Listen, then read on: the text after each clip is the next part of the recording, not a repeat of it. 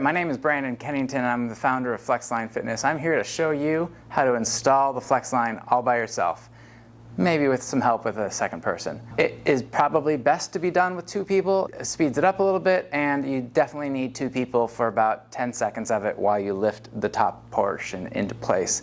So if you just want to call a buddy over while you need to do that, that's fine, but the rest of it can be done on your own as a single person. One single station will come with two boxes. The first box being the first post, the second box being the header and an additional post. So altogether there's two posts and a header. If you wanted to expand onto that line, you'd only need to get another box of post and header because you already have the starter post. The starter post is a smaller box. All it has in it is the post. It's a special post though. It has power and air up inside of it to get to the header. So that's the one that you would plug into near the outlet. When getting on site and looking at where you want to place your Flexline, I would first off look at your floor. Are we going into concrete? That's the most preferred way to go into the floor, is with concrete. We have some concrete bolts that we use. These are great, very high strength concrete bolts that screw in. So all you need is a drill to screw them in, and you put a hole and put them in. We'll go into that later. The other thing you'll need is some ladders, at least one ladder. Usually sometimes gyms have some, a box you can get up onto, the jump box. But two ladders would be nice, or two step stools would be nice, because you're going to have to lift the header onto the posts. There are a couple other tools you're going to need. Because we're going to be drilling into the ground, you'll need a drill, a hammer drill of some sort. I like this one. It's worked great for years. But what is critical about it is you have a masonry bit. You're going to drill into the concrete. It's a very small little hole, about 3/8 inch diameter. This is a 3/8 inch diameter drill bit. It's important that you get a 3/8 bit because that is what is used with these concrete anchors. This fits into here, and this is kind of a special bit that kind of fits into this specific drill. So you will need this with an extension cord is usually also preferred, because you're going to maybe not have an outlet right away or near you. And then because that makes a little bit of dust when you're drilling, I like to use some sort of a shop vac.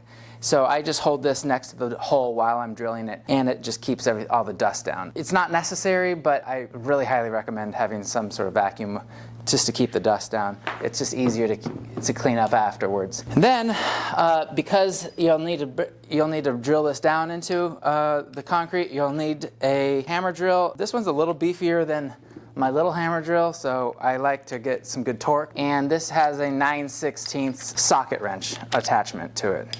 So I put the socket wrench on here, and that really gives me enough torque to get it all the way down. The other thing you'll need is, you don't need this, but I like to have a hammer driver because it's a little faster, because there are a lot of screws that we got to put in, but not, fortunately all the screws are the same size, and they are all the same screws. There's really no other tool you need other than this for 95% of the install. And then finally, what I'm going to show you here is what's in the box is just a handful of tools that are pretty much everything you need to assemble and disassemble the whole unit, minus having to drill into the floor. Because all the screws are the same, they really only need one or two tools.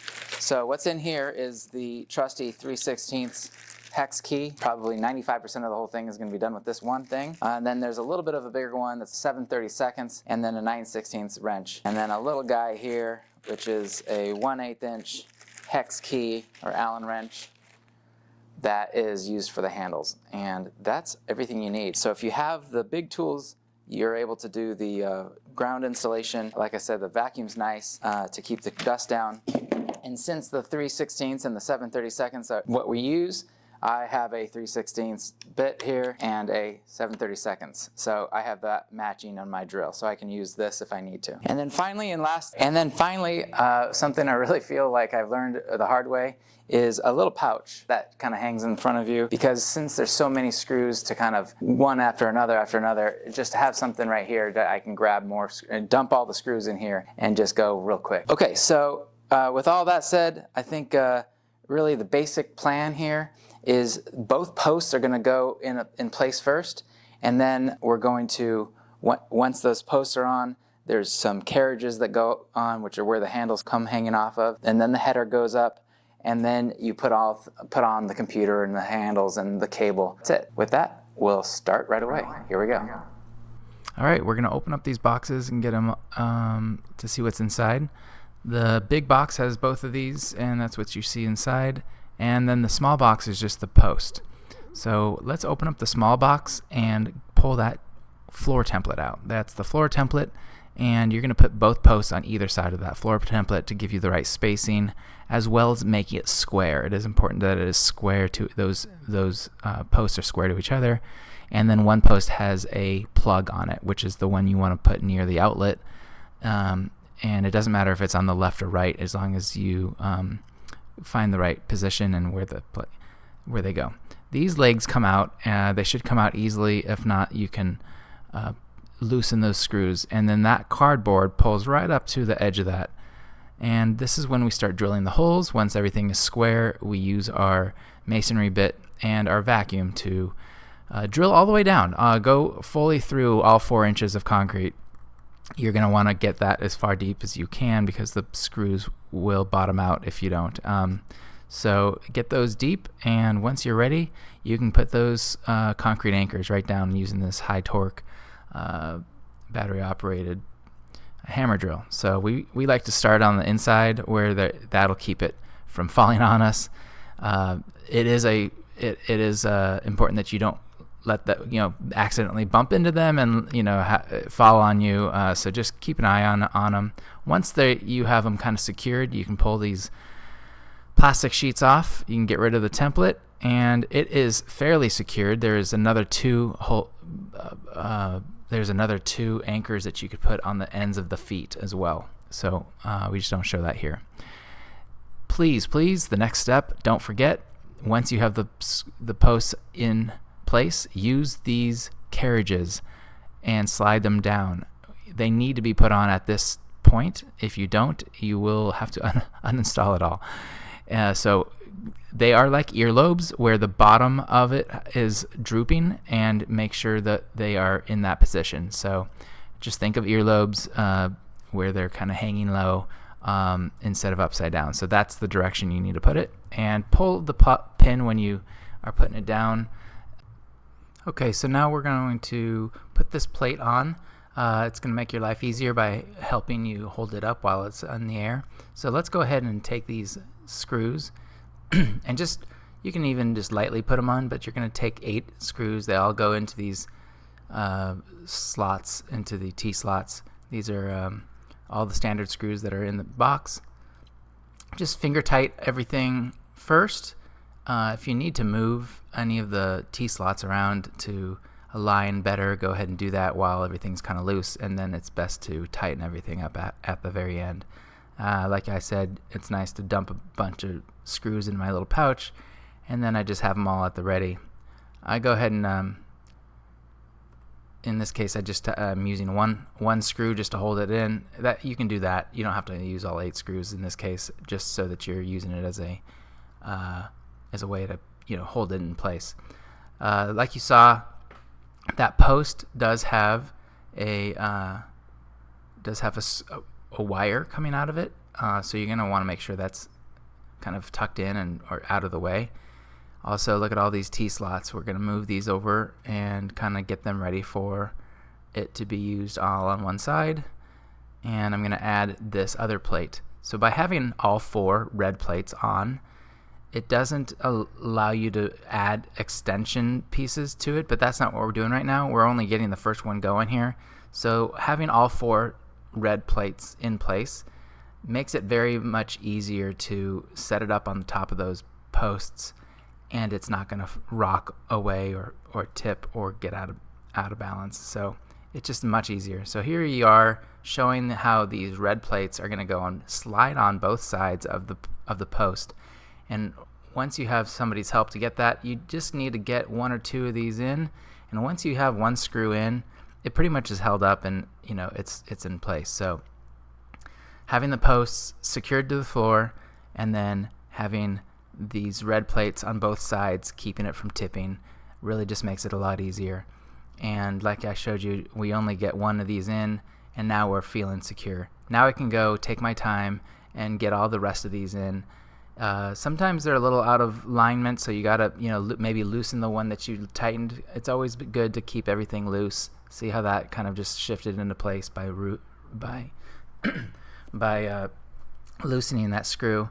I like to just finger tighten everything, or just lightly tighten everything while I get all the screws in place, and that really helps out a lot. So here I am just kind of tightening up just those few. Now that I feel like everything's in place, I can just go back and take my time, get all these screws where they need to be. So there's going to be 4 on the bottom, and you can see me using the tool that I have to kind of wet or lever it in the hole, which is sometimes a good way to align the holes, is I kind of use the tool in the slot or in the holes, and I can kind of move it left or right to get the hole to align better. So, and then once that's aligned, now all of them are aligned, and that's kind of what I'm doing here. So once you kind of get everything tightened and lined up, now you can kind of get your power tool out, and it's just one after another. So I just kind of get on the first or second step of my ladder, and just grabbing my little pouch, put it up one screw at a time, and you're going to be doing 4 screws on the bottom of the red plate that attach to the post, and then you're going to do 8 screws up top, and that's going to be on the diagonal side of that too. So now I have to go back, add these screws to the 4, and then another 8 on the back side. So that's how that all gets put together. And it's probably, 24 screws altogether. So now I'm on the back side, and I have to put these 4 screws in, and then another 8 screws above that. So let's just pretend there's 2 of me, and I'm going to go fast.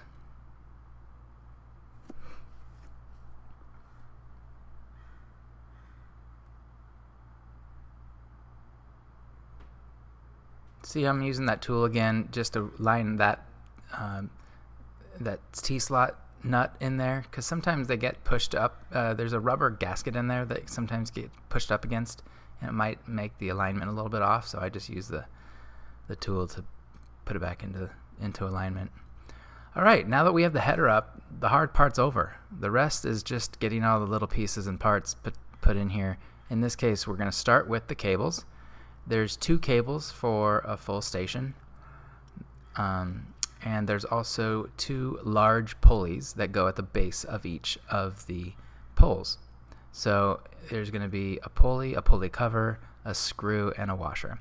For this, we're going to use the 9/16 wrench and the 7/32 large hex, and also the 1/8 hex. So what I like to do, just to make sure I don't get it all tangled up, is I actually start at the end.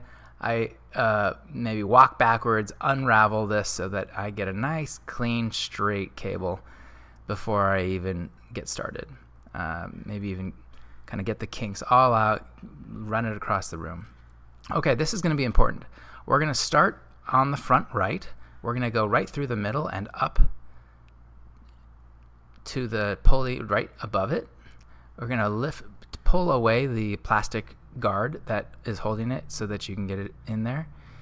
And then you're going to come straight across. Now you're going right clockwise across all of these except for that first one. So clockwise that second one, clockwise. Now we're going to cross across the top and into the inside. And I use my finger to kind of push it along. And again, it's clockwise. Now notice here that it went above the black plate there. And I'm going to get, again, clockwise all the way to the end. Stick it through. The ball kind of gets tight right there. You kind of have to force it through. Again, clockwise. And finally to the front side again, clockwise. And now, check this out. We're going to go right through that hole in the carriage. Don't forget to do that. And we're going to come straight down to the base of the pole. Before we go finish the last part, we're going to add a ball at the end of this one. So it's just a little set screw that you need to loosen to make sure that it falls in and the ball gets inside. Once it's inside, you can then tighten it up and get that set screw nice and tight, and it's in there for good. So that's what you want. Go ahead and put one ball on one end, and while you pull the other end of the cable, it's just going to stay there and keep it nice and organized. So now what we're going to do is we're going to take this large pulley. We're going to make sure we go around the pulley and then cover it with the cover. Then we're going to put this washer on the inside with the bolt through the outside up against the red plate. It all kind of gets settled in, and once you get it going, you can just get that threaded, and it goes right into the red plate. You can finger tighten it as far as you can, and then you pull out the big hex wrench that comes with the machine, and that go ahead and tighten that, and you're good to go. The last step here to get this cable to go through is you're going to come up through the inside by the post and out the center where you would pull it and attach your final ball. And again, you're going to use that 1/8 inch hex wrench or the Allen wrench. You're going to loosen it just enough to get it to drop in, and then once you feel it drop in, you're going to tighten that. And you're done with that side. Now let's get the other side. We're going to do the exact same thing. We're going to start again on the right side, but this time we're looking at the whole machine from the back. So the same situation goes. We go through the center carriage up to the first pulley. We're going to only go counterclockwise on that first pulley, and then everything else is clockwise. And I go across the top. Remember, it goes across the top on that first time and into the center, and then it crosses again. If you notice, those actually are crossing on the top. Yes, they are touching each other, and yes, they are crossing, but it has no impact on the operation. Remember, it goes through this carriage, through the hole. Again, we're going to just go ahead and put a ball on one end of it first, so that we don't, tug on it and it pulls out pulls out the other end. So we're going to continue down from that hole in the carriage. Remember, we went through the hole in the carriage, down around the bottom of the post.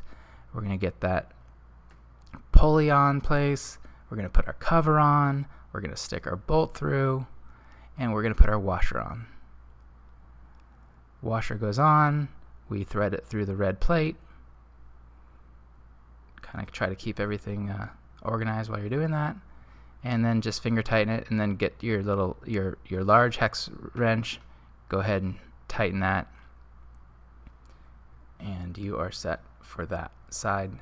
The last step, of course, in the cable is to bring it through the final set of pulleys on the carriage. So we're going from the inside out. Bring that ball out. It's going to have a little bit of pressure on it, so just kind of pull on it if you can. Get that ball to get all the way deep into the ball, or get the stainless steel ball deep into the rubber ball, and then you're going to tighten that hex set screw, and that's going to be good to go. All right, cables are done.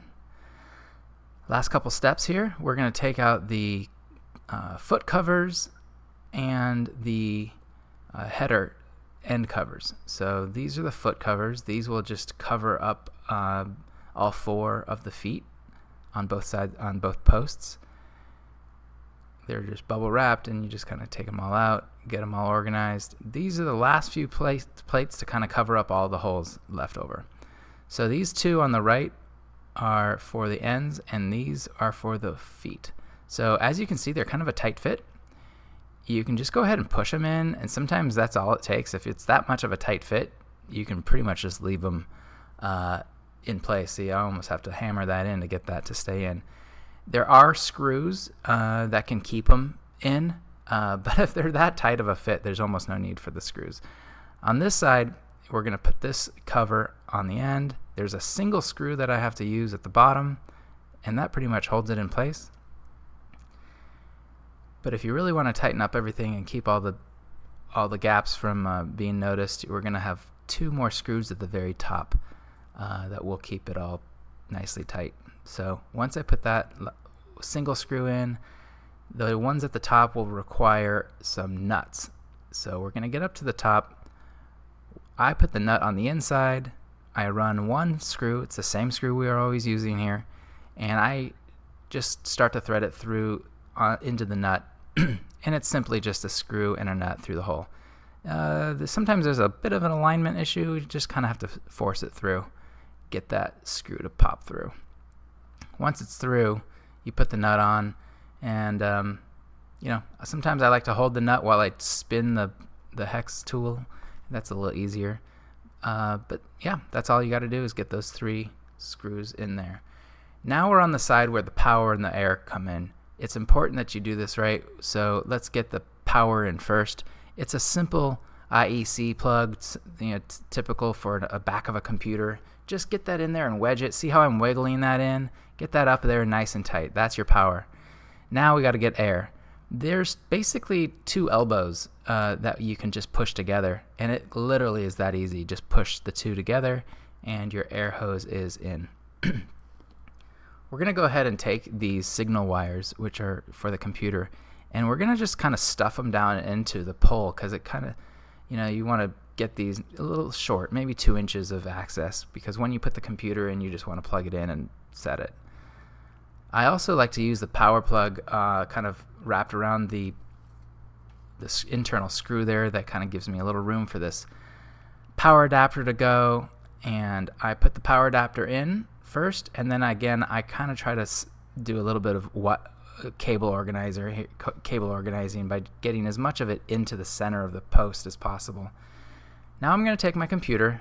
I'm going to put the power cord attached. I can take my blue Ethernet cable that goes in the bottom right next to the power cord, and then finally what looks like an old phone cord that goes next to that. All you do is get those to all stay kind of down into the post. Be careful when you do this. Try to get it to wiggle in right in place. There is a little sensitivity at the very top that the circuit boards don't want to be smashed up to the top of the. So just let it find its good, its own spot. All right, now that we're all done with the computer, we can go ahead and do the same thing we did on the other side, which is close up the side panel here. Again, I start with the bottom screw. Then I put the top screws in. Again, you'll need a nut on the inside of those at the top, but everything else doesn't need nuts. Everything else is threaded. So once I have those 3 in, we're pretty much all closed up, except for this one last plate. Let's just get a single screw, puts this last little cover plate on, and that's the side that doesn't have any air or power, unless you were to attach another full system. So we're almost done. The last thing we do is put this pull-up bar on. We use these drop-in, or sometimes called roll-in nuts. They're meant for these tiny slots, and they do have little springs on the back side of them. It does take a little bit of finesse to get those to roll in correctly. I like to go with the spring, the small end of the spring in first, and then you just roll it in and get the flat end facing you. Once you kind of get one of these in, I tighten it, and then I can find where all the others need to go. So I just eyeball the center spot here. I get one screw in, and it kind of holds itself. I wouldn't hang on it, but at this point, I'm just trying to get everything lined up. So now I'm kind of moving the T-slot nuts left and right to see if I can get them lined up with the holes. And once I get the hole, because they have a spring on the back, you do kind of have to push deep hard on the screw when you're trying to get it to accept into the nut, just so that it stays flat. And then you put some pressure on it while you're screwing it, and it does find the thread. And then once you have all 4 of those attached, that ain't going anywhere. So you're going to be able to hang from that, and that's your pull-up bar. So it's a really good system. The last foot, I would say, is now that we're almost done with it, now we have to make sure we plug it into the compressor and give it some power. So let's roll this compressor over here. We put some power to it, plug it into the wall. There is going to be, this comes with a little bit thicker cable, a thicker wire for power cable. You're going to want to use that one for the compressor. And then it also comes with this little attachment for the compressor that came with the installation kit. Remember to lift up on that. You're going to have to lift up and then put some pressure on it pretty hard to get it to clip in. Kind of measure out how much tube you need. You got plenty of it, and you can kind of find a good way to get right to the bottom of the post and attach your air into the compressor. And your air tube now goes to the bottom of the post. Your power also goes to the bottom of the post. You're just going to power it straight where the air tube goes. Just below that is your power cord. You're going to kind of wiggle that in, make sure you get that in nice and tight. Power it up, and you'll see that the computer is powered up, and you'll notice maybe a flash of light on it, and then the home screen comes up. I go ahead and grab all the handles. You get 3 handles with every machine. I put them on the carabiners here while the computer is booting up, and so it's still booting here. Once it boots up, even while we're waiting for that to boot up, it takes about 2 minutes. I'm going to put the final cover over the foot where I have the power and the air coming out the tip or the toe of that foot. Now here I am pairing the handles. So you just tap the logo on the screen and then go into settings, go into pairing, and then tap discover. When you find you're in the discover mode, just simply grab any handle, push the plus and minus button at the same time, and it'll pair the system, pair the handle with the system. Do that to all 3 handles, and you'll have a complete handle pairing of all of them. And go ahead and test them by pushing the plus and minus button. You can notice that the weight goes up, the reps are changing, and all those numbers should be changing. If you have any questions, you can always call me, or I actually prefer if you text me before you call me. Just give me a heads up that you're calling. We can go over anything you need, and I think it's going to work out real well, and I hope that was helpful. Have a great day.